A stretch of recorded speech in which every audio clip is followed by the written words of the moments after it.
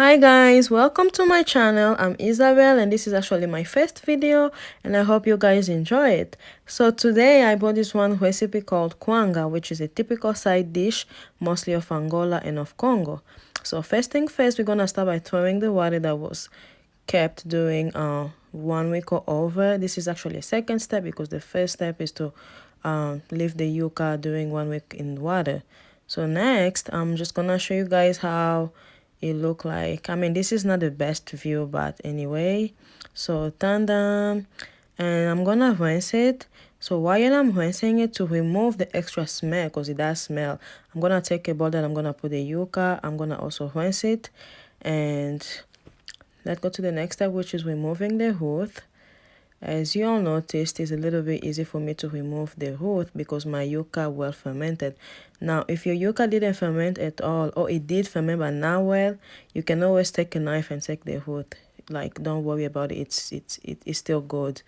Now, the next step is to blend it.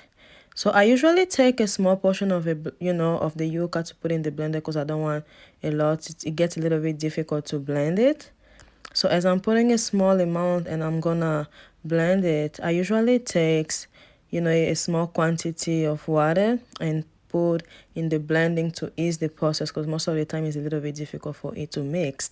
And next, I usually take like a wooden spoon to help it mixed.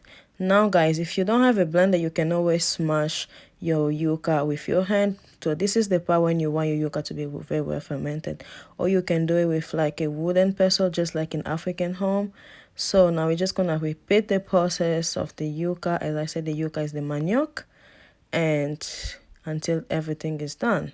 So this is actually how it's supposed to look. I really like this one, and don't worry about the extra water because that's the next thing we're gonna do to remove those extra water. So to remove it, just take a white towel, like a very clean one, unused.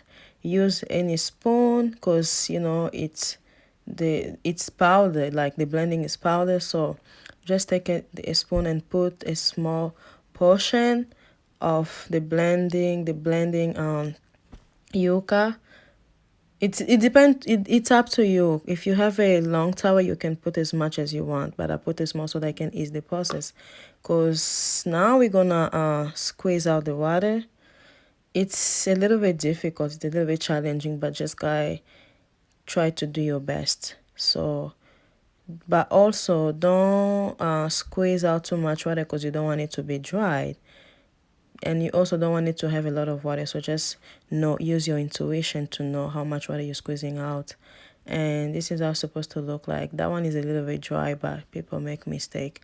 So now we're gonna take a roller to roll it and help mix everything. As you guys can see, there's some bubble, so you don't want that to happen. So take a roller and just try to roll it. And the next thing we're gonna do is actually add a little water because it was a little bit dried. And now I'm going to separate. I'm going to divide it in two portions, one small one and one big one. So the small one is the portion that I'm gonna cook. Take a pan, put some water, just go by your tuition. It depends on how much that you have. That's the portion I'm gonna cook, and actually put small water to make it very smooth, as you guys can see in the video. And now you're just gonna do it like you're cooking fufu actually. So that's the small portion you're gonna cook, and just keep putting small by small, and then don't forget to mix it. Make sure it doesn't create bubble, and after that you mix it with the uncooked part and try to make one big dot out of it. And that's what I was doing. And again, I took a roller to like help me get rid of unnecessary bubble. That's what I was doing. And as you guys can see, I was making the shape of Kwanga, and I kept beating it because I didn't want to have some extra bubbles over there. So that's why I kept like beating it. I was using the roller, but I got tired.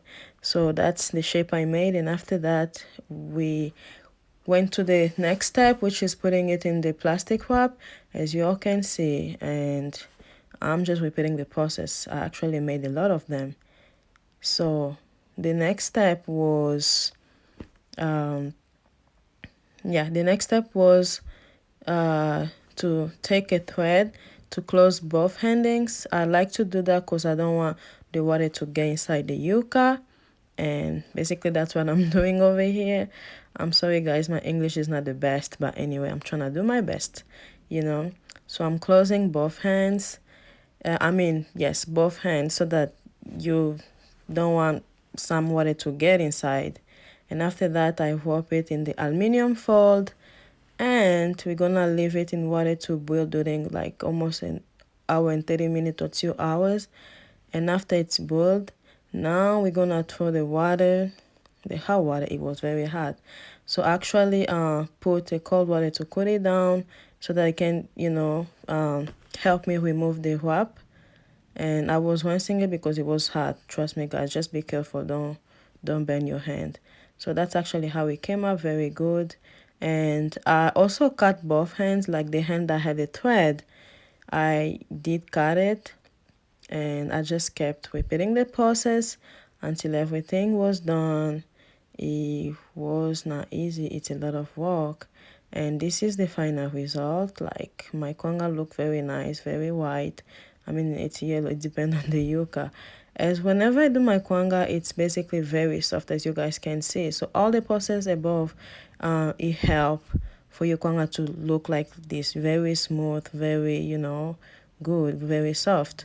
And I hope you guys enjoyed the video, and I hope to bring more recipes with you guys. And thank you, see you next time. Bye.